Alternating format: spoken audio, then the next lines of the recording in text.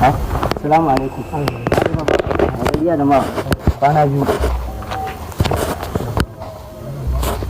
Kana ji ko? A kwana biyu sai alkai. To da kana ji ko da Allah da mawar tambaya ce nake so umma a matsayina na dan jarida shine nake so in ma wai na ce dan azufafa daga san da kai wayo zuwa yanda ka ci abinci kamar na naira nawa?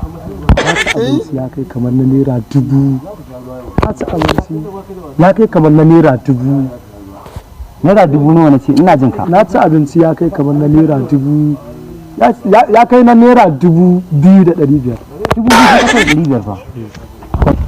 Dan azufafa kana ganin follow din ka suke kamar guda nawa? Ina tunanin ina da masoya follow din ina ganin za su kai kamar guda 1000